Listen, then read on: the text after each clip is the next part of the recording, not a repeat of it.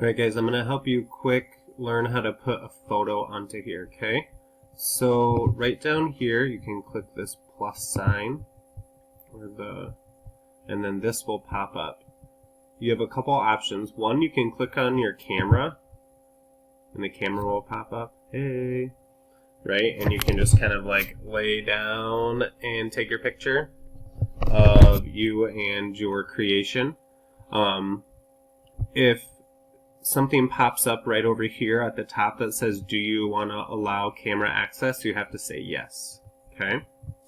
Or you click this arrow upload button, click pick file, and if you go over here into your pictures, that's where you'll have it saved if you took your picture earlier, like into your camera roll.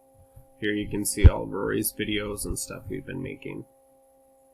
And then when you pick that, then it'll show up. Alright, hopefully that was helpful.